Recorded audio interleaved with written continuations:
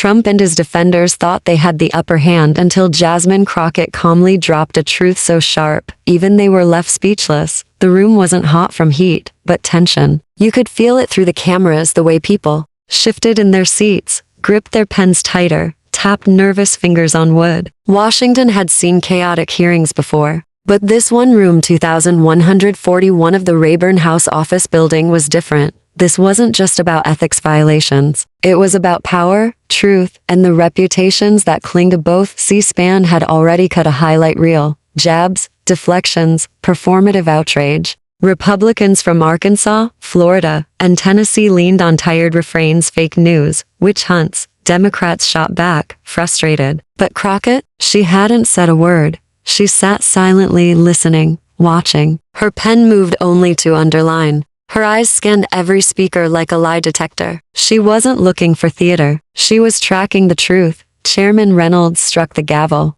"We're here to assess leadership accountability," he said, trying to steer a room already careening off course. No one bought it. Representative Alden Keith from Mississippi leaned forward, smirking. "If we're judging tone," he said, "half this room better pack up." Chuckles followed. Crockett didn't blink. Next to her, a young aide leaned in. "Update the file with Keith's remarks?" She nodded. "Do it." One word. Calm. Controlled. And somehow, that single syllable made the aide sit straighter. Then came Representative Marla Denzin, flawless, camera-ready, launching into a scripted defense of Trump's rally remarks, calling them raw expressions of frustration. She ended with, "We've all said things in the heat of the moment. The former president is no different." Silence followed. Chairman Reynolds glanced at his list. The chair recognizes Representative Jasmine Crockett of Texas. Heads turned. Some leaned back expecting drama. A few leaned in. They knew. Crockett placed her pen down, adjusted the mic, and looked up, not in anger, but focus. "I've been listening," she said. Her voice wasn't loud, but it carried more weight than all the noise before her. "And I think some of us are more worried about defending feelings than facing facts." A shuffle. A breath. She continued. "When truth feels like an attack, that usually means we're hiding from it.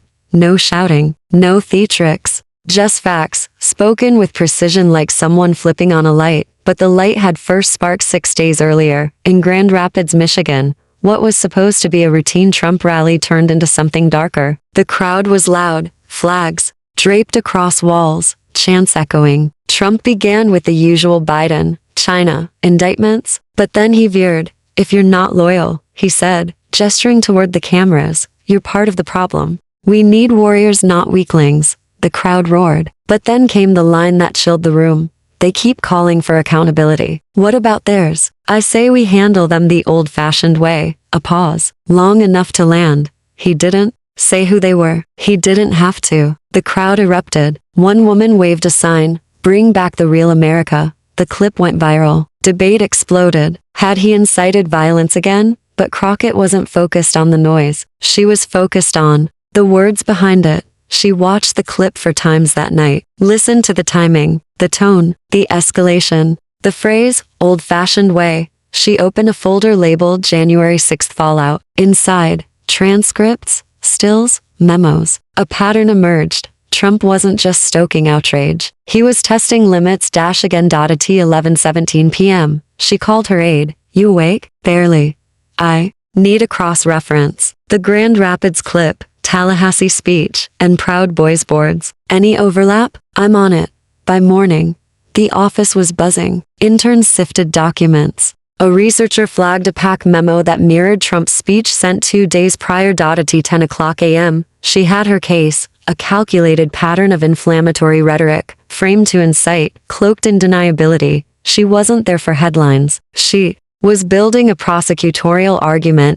By afternoon, her conference room looked like a war room. Sticky notes, timelines, red-inked excerpts stretching from January 2020 to the present. Dana Hollis, her chief of staff, slid over a file. "Just came in from oversight. It's worse than we thought." Inside, communications between a lawmaker and a strategist tied to pro-Trump nonprofits. The exact same language from Grand Rapids, word for word. "They're not even hiding it," Crockett muttered. "They're counting on distraction." Dana replied, "We're not giving them one." Luca entered with printouts. The old-fashioned Way it's in 3 militia group forums. It's being used as a call sign. Crockett nodded. That's what I needed. By 3:00 p.m., they were ready, and then came the news. Republicans were cutting her speaking time. Dana looked up. They're giving more minutes to Denzin and Keith. Crockett didn't flinch. Let them. I only need 5. That night, she walked Constitution Avenue alone, headphones in, the city glowing under dusk. At the corner of First and Independence, a woman stopped her middle-aged, cardigan, grocery bag in hand. She didn't say anything political. She just said softly, "Make it count." Crockett smiled, then nodded. She would. She hesitated, then said, "I saw you on the floor last month. The veteran housing bill. You were the only one who didn't talk in circles." Crockett smiled, genuine, if tired. "Thank you." The woman looked down at her grocery bag, then, "Back up. Just don't let them make you smaller. They're good at that." Crockett let the words settle. "I'm not shrinking," she said. "I'm sharpening." That night, she sat at her kitchen table, legal pad in front of her, the city blinking dimly through the window. Her dog Mika, a sleepy old bulldog mix, snored softly from the couch. She wrote slowly, not rehearsing, framing. She thought of the woman with groceries, of Dana's concern, Luca's late-night research, and the thousands of messages in her inbox, some cheering, some threatening. The threats didn't shake her anymore. But they reminded her why every word had to land. Because the people listening weren't just voters. Some were single moms raising kids who had never seen a leader speak plainly. Some were teenagers told to stay quiet. Some were just tired of noise. She circled one sentence at the bottom of her notes, then closed the pad and went to sleep. At 6:20 the next morning, she arrived at the office, hair pulled back, black blazer, one folder in hand. Dana looked up. "Ready?" Crockett nodded. In the elevator down to the garage, Luca whispered, "Think they'll try to interrupt?" "They can try," she said without blinking. By the time she took her seat at the hearing table, she wasn't preparing. She was waiting. The hearing resumed at 9:03 a.m. Every seat filled, every camera aimed. Reporters lined the walls. Aides faked busy hands while secretly recording. Crockett sat still, eyes steady, posture composed. She wore a navy suit, unassuming but razor-sharp. At her lapel, a thin gold pin, her late grandmother's, her quiet reminder of who she was really fighting for. Representative Alden Keith opened with bluster, waving his hands like a stage actor. "This is manufactured drama," he said, spinning a former president's words into doomsday prophecy. "Frankly, it's getting old. Americans are tired of political theater." Crockett tilted her head, the way a teacher might when a student turns in someone else's homework. Then came Denzin, slow, deliberate, every syllable polished. "No matter your politics," she said to the cameras, "President Trump connects with the heart of America. Are his words perfect? No, but perfect words never changed anything. Passion does." Someone clapped in the back once before being shushed. Crockett didn't respond. She opened her folder, removed a single sheet, and laid it on the table. No theatrics, just readiness. Chairman Reynolds sighed. He looked more referee than leader. "I believe Representative Crockett has been patiently waiting," he said. "The floor is yours." She adjusted the mic. Let the static settle.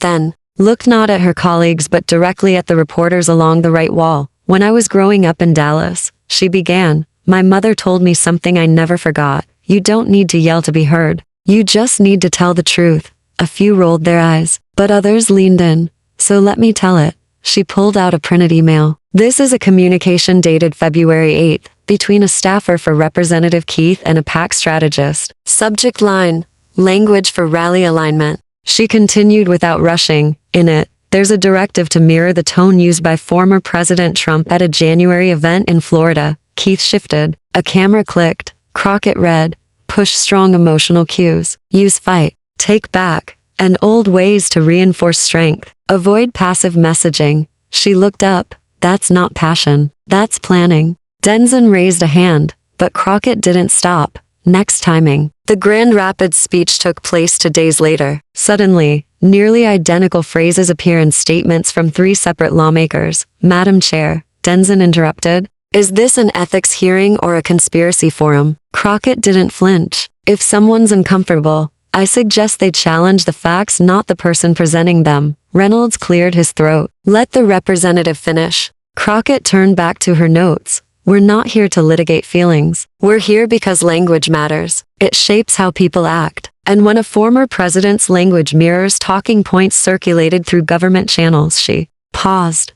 That's not coincidence. That's coordination. You could hear someone breathing in the second row. That's how still the room was. Then she said quietly, when truth feels like an attack, it usually means we're hiding from it. No one moved. No one dared. She let the silence do its work. Then, leaning forward, elbows on the desk, eyes locked on the Republican bench, if telling the truth makes you uncomfortable, she said, every word razor sharp. Maybe it's not me you're angry with. Maybe it's the mirror. The silence that followed wasn't still, it was seismic. It settled like dust in a collapse. No shouting, no rebuttals, just recognition. Not Keith, not Denson, not even Reynolds breathed too loud.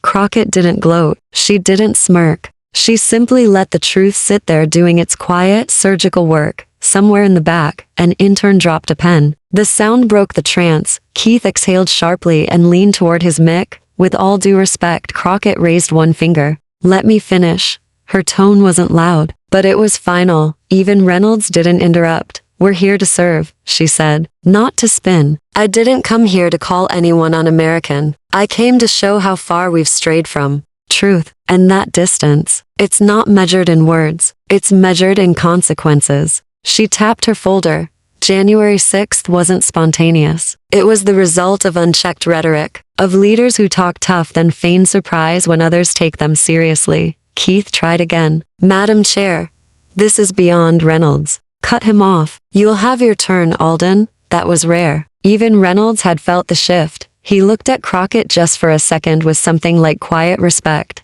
Denson scribbled notes furiously, jaw clenched. 2 chairs down, Representative Garber, a quiet moderate, whispered to a colleague. She's not wrong. Reporters scrambled. Some typed. Some texted editors. Dana, behind Crockett, exhaled slowly. Luca was already editing the clip on his phone.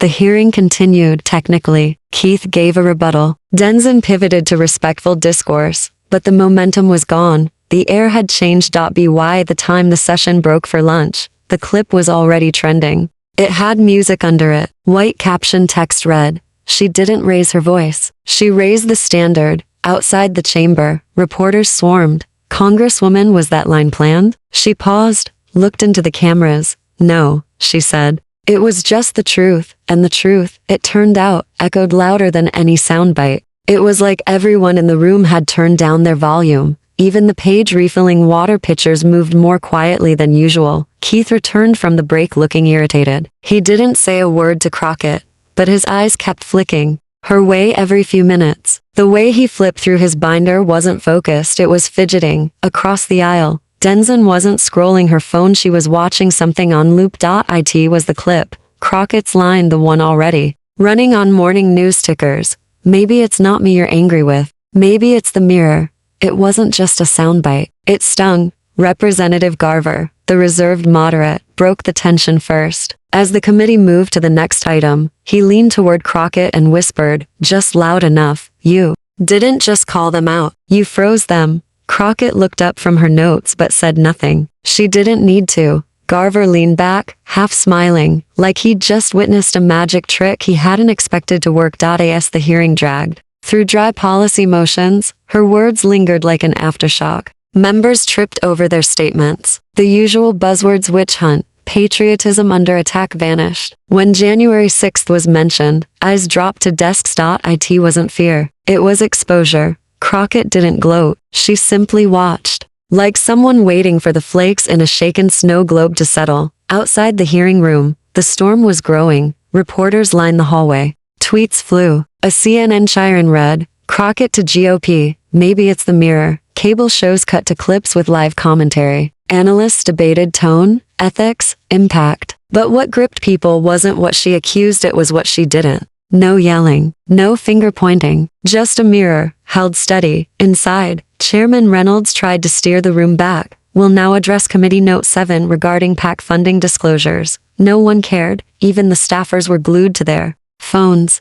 Denson leaned toward Keith. She's already quoted in 4 outlets. Keith's jaw tensed. Let them quote. It'll blow over. But even he didn't sound convinced. What rattled them wasn't the line, it was the precision. No theatrics, no traps, just truth. Like a card slid across a table with quiet finality, Reynolds eventually called for closing remarks. A few representatives gave standard wrap-ups, full of recycled filler, unity, moving forward, partisan noise. Then it circled back to her. Congresswoman Crockett, Reynolds said, "Would you like to offer final remarks?" She stood slowly, deliberate, calm. "I don't need to repeat myself," she said. "The facts speak louder than I can today." She paused, eyes scanning the room. "But I'll leave you with this. People are watching. Not just voters, not just pundits. Kids, parents, teachers, veterans. They're listening to what we normalize in this room. And if we can't be honest here, we have no right to expect honesty from the country." That was it. No mic drop. Just truth. Reynolds gave a small nod. "Adjourn the hearing." As members filed out, some nodded politely. Garver gave a quiet thumbs up, but most Republicans avoided her eyes, not out of shame, but strategy. They knew they couldn't touch what just happened without looking petty. In the hallway, Luca caught up to her, practically vibrating. "You know they're going to spend the next 48 hours trying to spin this, right?" "I know," Crockett said. Dana joined them, phone in hand. "You've got invites from MSNBC, CBS, and surprise Fox wants a comment." Crockett smiled. "Tell them all the same thing. I said what needed to be said. I'm not here for a rematch." But the media wasn't looking for a rematch. They were building a highlight reel. By nightfall, the moment had broken past Capitol Hill. Clips of her statement lit up every network. The sentence, "Maybe it's the mirror," was everywhere. CNN ran it every half hour with a glowing banner. House Rep Crockett stuns room with straight talk. On Truth, MSNBC aired a side-by-side comparison. Crockett's steady delivery vs. Trump's Grand Rapids rant. Analysts dubbed her the voice of reason in a house full of noise. Even Fox News ran the clip, though their headline read, "Crockett sparks controversy with mirror line. Critics call it personal, not policy." Still, the clip played, and people reacted. On TikTok, creators stitched the clip with captions like, "This is what accountability looks like." Veterans, nurses, teachers, people far from politics shared their own stories. Some called it a wake-up call. Others said it was what they'd been yelling at their TVs for years. Hashtags trended.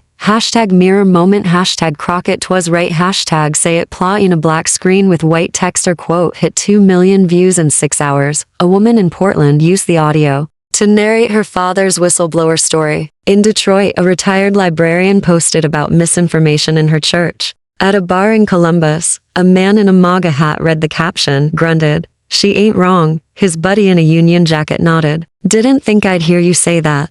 Doesn't mean I like her. Just means she ain't wrong." In Jackson, Mississippi, a civics class watched the clip. One kid raised his hand. "If politicians know they're lying, why do they keep doing it?" The teacher answered, "Because they count on people not paying attention." The kid stared at the screen. She made it hard not to. Even comedians took note. Late night shows replayed the clip, then backed off. The moment was too real for punchlines. By morning, Crockett's office had 11,000 emails, most of them thank yous. A Kansas pastor, an Ohio corrections officer, a woman in Montana who'd never voted before, and then the others, the hate mail, the threats. Dana sorted them. "We've flagged 6 serious ones. Capitol Police are looped in." Crockett didn't flinch. "Any from constituents?" "Not one." "Then they don't matter." By mid-afternoon, she was trending on platforms she didn't even use. Her quote appeared on T-shirts, in graphic posters, quoted on podcasts by retired generals and teenage debate teams alike. But it wasn't about her anymore. It was about the sentence. The mirror. It cut through because people were tired. Tired of spin. Tired of being gaslit by power. Tired of headlines that twist and vanish. Her sentence wasn't a clapback. It was a confrontation, not reactive, surgical. Later, Crockett sat in her office, door half closed, sipping cold coffee as Dana walked in. "CBS wants you for Sunday morning. Live." Crockett didn't look up. "Tell them I'll come only if they ask about policy, not personalities." Dana blinked. "That's a tough ask. I'm not here to be a soundbite," Crockett said. "I want people to remember what I said. Not just that I said it." But by Saturday, the pushback had begun. Her words weren't just echoing, they were interrupting. The line had broken containment. It showed up in press briefings, Sunday rundowns, family dinners, That made Trump's camp nervous. It started with conservative radio. Subtle shade, scripted, calculated, divisive. But it didn't stick, because it's hard to fight a sentence that didn't even name anyone. By Monday, they tried harder. A Trump-aligned PAC issued a statement calling her remarks targeted harassment and weaponized language. Keith tweeted a screenshot of the hearing. Another desperate Democrat looking for her viral moment. That's not leadership, it's theater. It got 8,000 likes, but the replies told the real story. Then why couldn't you answer her facts? You had the mic. You had the time. You said nothing. She didn't call you by name. Why are you so sure she meant you? Why so defensive? That's what Crockett thought as she watched Denzin smile too easily on a morning show, trying to pivot the moment. The Congresswoman made some interesting points, Denzin said, voice polished to perfection. But she also escalated tension during a hearing meant for bipartisan cooperation. We have to ask, what's more important, being the loudest voice in the room, or making real progress? Crockett watched the clip on mute, sipping tea at her kitchen table. The question didn't faze her. She'd already answered it with facts, not volume. But Dana, pacing outside her office, wasn't as calm. Fox is running a panel tonight. Did Crockett go too far? She read aloud. Keith's team posted a meme, you're holding a mirror like it's a weapon. Newsmax is calling you part of a radical truth offensive. Whatever that means. Crockett didn't look up. Let them talk. Dana stopped pacing. This isn't just talk, Jas. It's strategy. They're trying to turn the message into noise, bury the signal. Crockett finally looked up. They're loud because they don't have anything stronger, and she was right. The louder the pushback got, the more the original clip replayed. Every time they called her emotional, the facts resurfaced. She hadn't attacked personalities, she'd called out patterns. That was harder to spin. Still, pressure built. Quiet. Emails trickled in from colleagues. Powerful words, Jasmine, but leadership's getting nervous. Too much attention. We support you, but people are asking if you're going rogue next week. She showed both messages to Dana. They want me to shrink. Dana shook her head. You won't? No, Crockett said, but they're going to keep trying. That night, an unexpected invite landed. A seat at the table, a prestigious Sunday roundtable in Los Angeles. National audience, long form, unscripted, usually reserved for senior senators, ex-governors, heavyweights. Dana called the second she saw it. This is different. Not a clip segment, a real conversation. You'll be at the table with serious names. Crockett didn't hesitate. Book it. Dana paused. They'll try to box you in. Make it about the drama, not the meaning. Crockett nodded. Then I'll bring it back to the meaning. If they want to talk about the mirror, I'll ask why they're avoiding their reflection. By Friday, she was in Burbank. No entourage, just Luca and a bag of notes. Backstage, a producer leaned in. Any topics you'd rather avoid? Crockett didn't blink. Just one. Pretending we're not in a leadership crisis. The producer blinked. I'm not here to entertain, she added. I'm here to tell the truth. But the next voice she'd face on air wasn't a critic she expected. And it would test her more than any panel. It was almost 11:30 p.m. in D.C. The office was dark except for the soft glow in Crockett's corner. Everyone else had gone home. She sat on the windowsill, watching headlights cut across Capitol Hill. The segment had aired just hours ago. She'd handled it with composure, direct and clean. Social media buzzed, analysts praised, but her thoughts weren't on the noise. Her phone rang. Private number.